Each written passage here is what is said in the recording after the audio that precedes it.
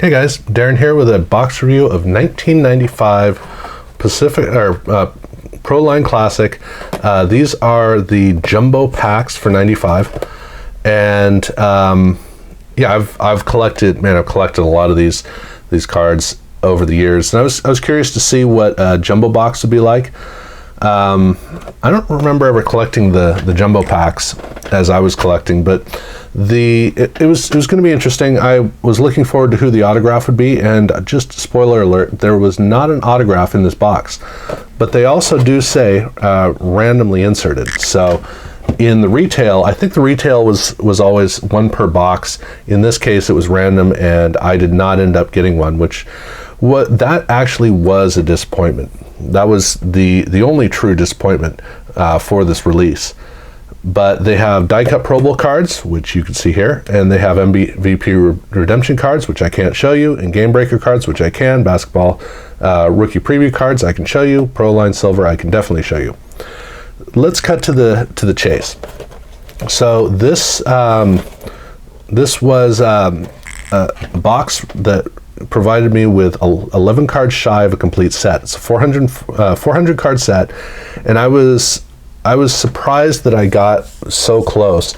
I'm not sure why I'm surprised at that, but I did. I got within 11 cards, so that means I've almost got a complete set out of the box. That is wonderful. And of the doubles, I didn't get very many doubles. I really didn't. And I did actually, for the small number, I was surprised that I got a Marshall Faulk, Rob Johnson rookie, Chris Carter, and an Emmitt Smith. So if you're not going to get very many doubles, I got really lucky with how good the doubles were. And every single pack, they come with 16 cards. 15 of them are regular set cards, and then there's also one Pro Bowl, die-cut Pro Bowl ticket card. And this was, I got the equivalent of one set. So there are 30 packs in each box, and I got 30 cards. However, you'll notice I've got a gap here, and that's because I'm missing one card because I got a double of the Dan Marino card. So the Dan Marino card specifically, I got doubles of, and then I'm missing a minor player as a result, which is, if you're going to miss a card, that's the way you want to do it. The numbers don't mean anything. This is not serial numbered. All the numbers are the same on all these tickets. So that's just the way that the card is designed. Pretty good set. It's the Pro Bowl, so you would expect that. So you've got Aikman, you've got Emmitt Smith, Sharp, Elway, Barry Sanders, Reggie White, Marshall Faulk, Dan Marino, obviously, Warren Moon, Drew Bledsoe, great group, and then Jerry Rice, and then you have a cluster here at the end, which is Steve Young and Dion and Jerome Bettis that are out of team sequence. So all the rest of these cards are in team sequence, and then starting at 28, is it? Starting at 27, they have a couple of West Coast players kind of stuffed in at the back for, I think that they are like Pro Bowl alternates, where they didn't go to the Pro Bowl, and so they got replaced by somebody. That's probably the way that it worked. I don't know. It's kind of a weird setup in the set, but at any rate, one per pack. And like I said, I got I got one double instead of another, completing the set, and it was Dan Marino. Not bad. The only other inserts I got one was a Game Breaker of Eric Metcalf, and it was good to get that. I think I needed this card, so that was good. And then they also had preview cards for their classic basketball draft cards, the Signature Series. And so I got Ed O'Bannon of all of these. So that was the only other insert. And then I was surprised that was it, that I only got 2 inserts other than the one per pack. And there were 2 one per packs because they also had their silver cards. And the silver cards is the main parallel that they had for this release. I can't remember. I don't have the binder here with me, so I can't remember if I collected this set. It seems like I'd already finished this set, but at any rate, out of the 30 cards that I got out of a 300 card set, so it's about a 1 in 12 rate of individual cards. I got Barry Sanders, Kerry Collins, Tony Baselli, and Jerome Bettis. So again, I did pretty well in terms of who I got. And the cards the chrome effect is overpowering on these cards, so it's really difficult to really see the images.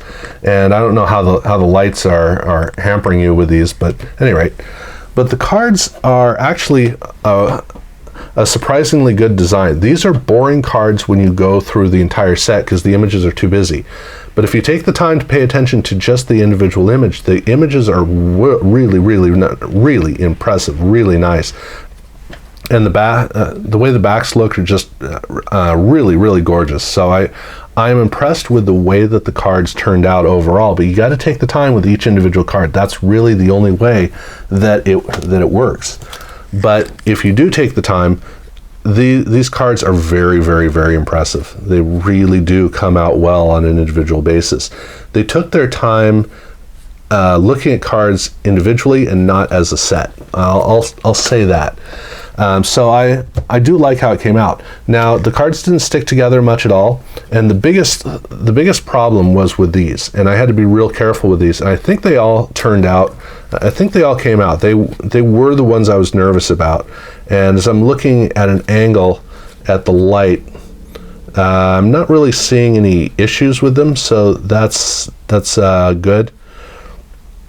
This keeps throwing me off because Chester McLaughlin's 91, Tim Brown's 81, the numbers look the same. Every time I go through, they have almost the same pose. Just keeps throwing me off. Yeah, it looks like all these cards turned out all right. And I don't remember having any issue with the foil. I thought that those popped out pretty cleanly as well. So I didn't end up with any damaged cards. That's the key to this. And it wasn't scary going through it. It just, it just takes a little bit of time to make sure that all the cards are free cleanly, and then you move on with your life. But yeah, I do wish that the card set had more of a cohesive design so I could better appreciate how good these cards are.